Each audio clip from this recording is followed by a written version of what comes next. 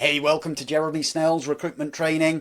If you're looking to deepen your capabilities, if you're seeking to improve your productivity and your performance, this is the channel for you. In every episode, I will unpack practical and tactical things that you can do to help you to think with greater clarity, make better decisions, and ultimately make more money. Feel free to subscribe, feel free to like and to comment. And now let's get on with today's topic. Hey, welcome to another episode, and today's episode is, I feel, a juicy subject. I also feel it is quite an emotive subject. The sheer mention of the TLA, the three-letter acronym, KPI, sends shivers down some people's spines. And I think within the recruitment industry, there is a degree of trauma out there as to how people feel about KPIs, having been on the receiving end of poor quality management who misappropriated the purpose of what a KPI is designed to do. So hopefully you can tell already by my tone, I'm a big fan of KPIs. I'm a big fan of KPIs that are meaningful. I'm a big fan of KPIs that help people to improve their productivity, to help them to be able to review their performance.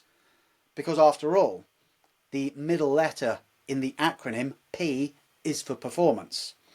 And let's not forget that the last letter in the acronym is I for indicator. It is an indicator of a performance. It is not the performance itself. We are not celebrating the achievement of the KPI. We are looking at the KPI to help us to understand how well are we performing and what, if anything, could we do that may help us to improve the quality of that performance and therefore create a better experience for our customers. Now, I know that there are recruitment business owners out there who started their recruitment agency having left a business where perhaps they got a bit too beasted by some manager who was using a KPI like it was some sort of mace to hit them over the head. And because of that, they've recoiled at the idea of having KPIs. I know that there are business owners out there today who don't have KPIs, and they claim to have an environment that encourages people to be grown-ups, that encourages autonomy and allows people to work how they want, when they want, from wherever they want. And fair play to them, right? If that's how you wish to run your business, that's your choice. What I do know is there are business owners out there who quietly regret some of that, particularly as the market has become more challenging. Everything's fine when it's booming. You don't really need to be tracking anything when the jobs are rolling towards you. You think about those technology companies who had exponential rates of growth, and therefore the agencies that supplied them had similar rates of growth themselves. They didn't need a KPI to tell them there's shitloads of jobs out there. Candidates are really hard to find, so if we just get good at finding candidates, we're going to make money. And the only sales pitch we need is, hey, I've got a candidate. And they were kind of in. Things have shifted. Now there is a bit more of a challenge that revolves around onboarding customers. Now the shoe is on the other foot because there are businesses out there who are getting an influx of direct applicants and are now questioning, why do we need a recruiter? Because they've been conditioned over the last 4 years that recruiters find CVs. And now that they can find their own CVs, why do we need a recruiter? So the recruiters kind of shot themselves in the foot because they never had the right sales message to really embed way beyond the transaction of finding a CV. This is how we add value to your business. And some of those companies are struggling. And they're struggling in two ways. They're struggling because of the market. They're also struggling because of their lack of adoption of KPIs. And now as business owners trying to find a way to introduce to a collective of people who apparently are adults, apparently have the autonomy to be able to work how they want, when they want, from where they want, they just seem to be struggling to produce anything that we would describe as being results because there's a lack of focus on performance, because performance isn't truly being tracked. And there was a really interesting update that was shared on LinkedIn by a business owner from Birmingham talking about actual adverts. So he screenshotted adverts, and in the adverts, even today, adverts saying no stupid KPIs, no ridiculous hours. This pride that a business has in basically saying, we're not really going to track anything that one would describe as being meaningful, it is totally up to you to go solo and make sure that you are doing the right things to the right standards at the right moment without any method of being able to measure that being introduced to you by the business. Which sounds like it is self-employment with a salary. It sounds as though it is the worst of both worlds. But hey, it will attract a certain profile of person. And I know that there are people out there who will say, yeah, but Jeremy, I don't like to be micromanaged. Cool. Then don't get micromanaged. But my real sentiment when people say that is, I think what you mean is you don't like to be managed. Forget about being micromanaged. It's very difficult to find someone who talks about micromanagement and can actually describe the difference between micromanagement and management. They just don't like to be managed. And they don't like to be managed because they don't like people actually looking at how they are doing what they're doing. And they prefer to be left to do what they know they can do.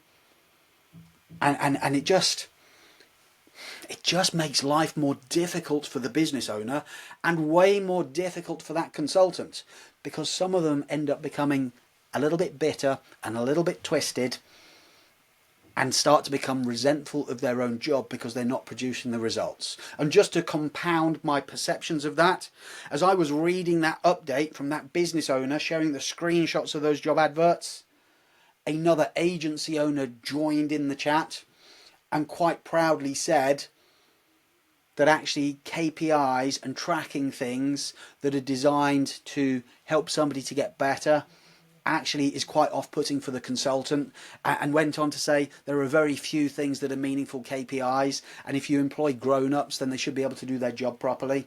And as I was reading that person's comment, the serendipity of it, right, into my inbox on LinkedIn came a message from a consultant who works for that business, a sales message, so treating me as a client. So clearly doesn't have a very good picture of who their avatar is. Despite the fact that they work in marketing recruitment, they are targeting me as a two-person business seeking to be able to develop business, ultimately with a message that said, have you got any jobs? And the first line of the message, all the way through to the end of the message, I can quite honestly say, of all the sales messages that I've received, from all of the people who target me on LinkedIn and in email, it is in the top 3 for the worst pieces of outreach I have ever received. But thankfully, the person who owns that business quite rightly was saying on LinkedIn, one shouldn't have to track things and be able to measure the performance of people if you trust them. And clearly this consultant in his employ, who claims to have 5 years of experience, no one is tracking to actually look at how good is your outreach. No one is supporting that person to help them to get better from a sales perspective, because there's no way that message would have been allowed to have been sent if it had been read by a manager who was managing that person to help to be able to develop their performance, and perhaps had a simple metric, a KPI, which was how much outreach is taking place and how much response is coming back. Because the relationship between the two should be a fair indication of, are we targeting the right people on the right day with the right message and making it easy for them to be able to respond. And if we don't have a KPI that helps us to be able to do that, then you're just doing marketing in the dark. You're just doing sales activity in the dark. And the only feedback that you're getting is nothing. And I chose not to respond to that message because kind of what's the point? The guy's working in a business where they don't value things like feedback because they don't track things like performance metrics. But hey, that's their choice. And I know this makes me sound really opinionated, but it's my podcast. It's for me to talk about what I feel is going to be of most value. And I have to say, getting your KPIs right as a business owner, getting your KPIs right as a recruiter, I feel is integral to helping you to be able to navigate the marketplace of today. And it will help you to become stronger and have a better business, whatever the future marketplace looks like. So if we look at what good KPIs are, in my opinion, good KPIs, in my opinion, are relationships between two numbers. And often the relationship between those two numbers is the relationship between an input device and an output device. So you think about that dude who sent me that message on LinkedIn and basically said, have you got any jobs? Which isn't a particularly eloquent way for a person with 5 years experience to go about doing their outreach. But hey, the input devices, he sent one message. The output devices, 0 responses. And I'm sure that scales, right? I'm sure that message that he sent to me, because it had 0 personalization in it, because he clearly hadn't looked at my profile, there's no way he went, oh, this guy is definitely a good prospect for me. It wasn't a one-to-one thing. So I would expect that based upon the message that was sent to me and the lack of personalization within it, it probably went to somewhere in the region of 100 people. So we now have input device 100. 100 messages go out. We then look at the response rate. And we start by looking at the response rate of how many replies did we get. So if he had 5 replies from 100 messages, which I highly doubt, but let's say he did, 5 replies from 100 messages, he now has a 5% response rate to his outreach. The relationship between the two numbers, i.e. the 5%, becomes the KPI. And that doesn't now create a target, because as soon as something you measure becomes a target, it starts to fail as being a measure. We see that in the NHS. We can see that there have been measures in the NHS, like waiting times, that have become targets. And the moment they become targets, they're no longer valuable measures, because people are now chasing the target, not seeking to improve the measure.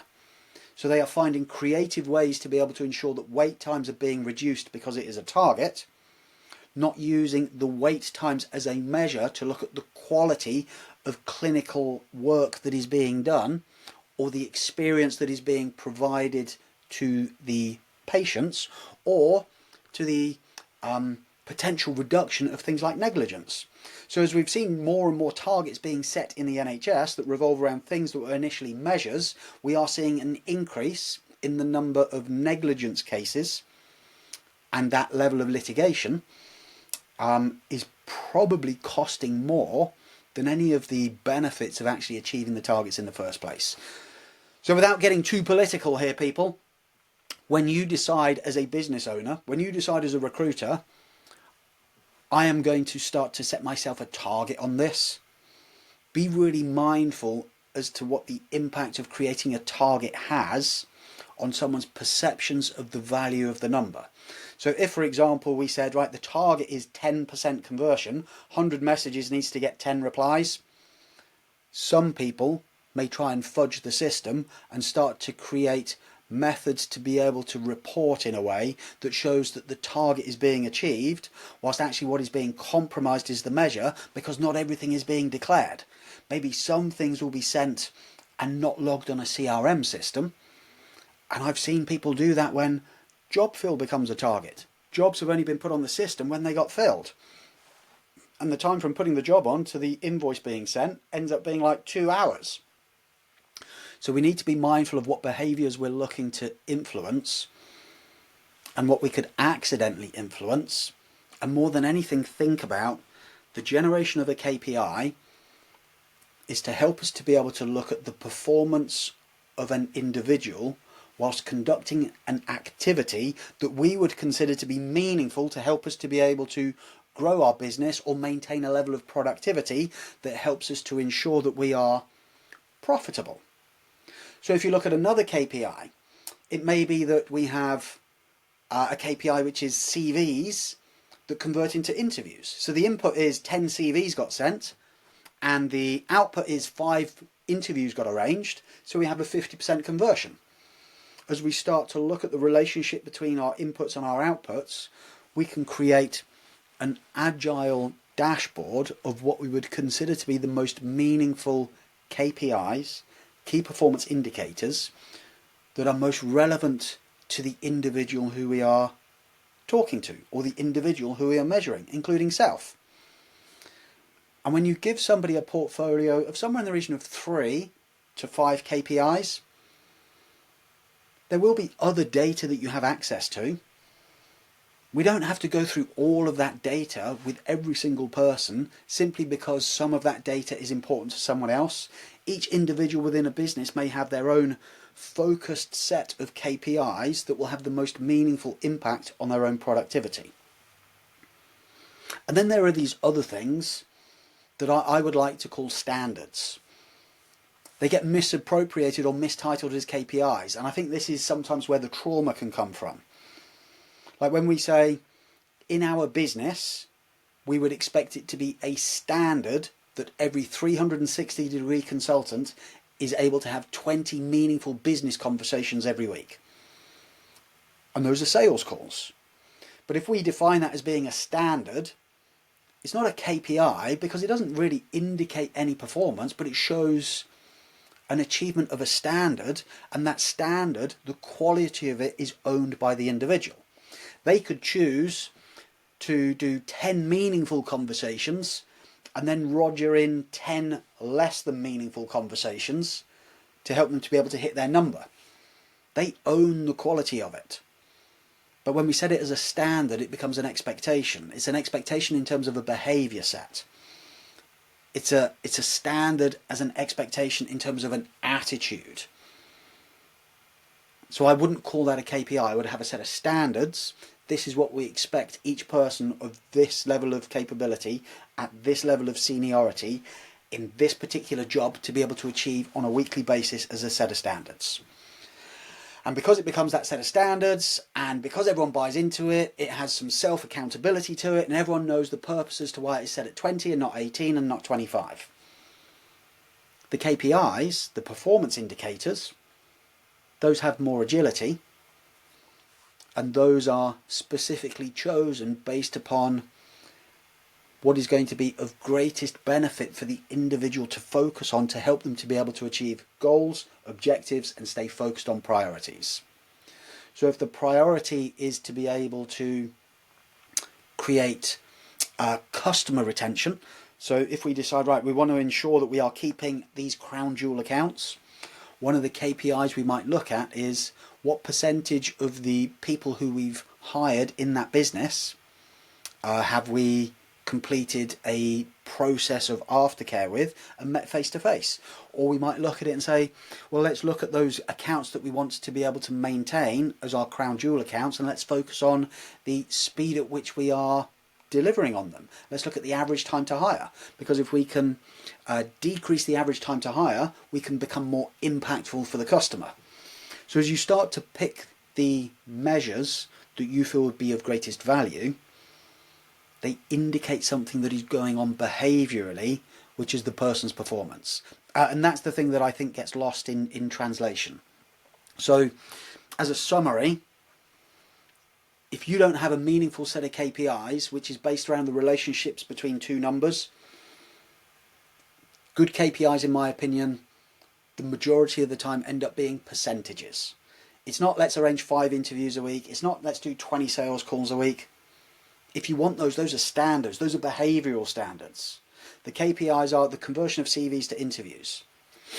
The KPIs are the percentage of jobs that are exclusive, or the KPI is the percentage of jobs which have received a minimum of 3 CVs within 24 hours of the job being registered. The KPIs become something that helps you to be able to coach somebody to greater standards of productivity, to greater standards of revenue generation, whatever it is that is the metric that you think is most important. And just as a final thought for any of you who are listening, who are in businesses that proudly say you have 0 KPIs, I'm sure you do. I'm sure that there are unspoken KPIs that even if it, as a business owner, it is something as simple as cash conversion and cash at the bank, debtor days, something that actually helps you to be able to maintain a real business.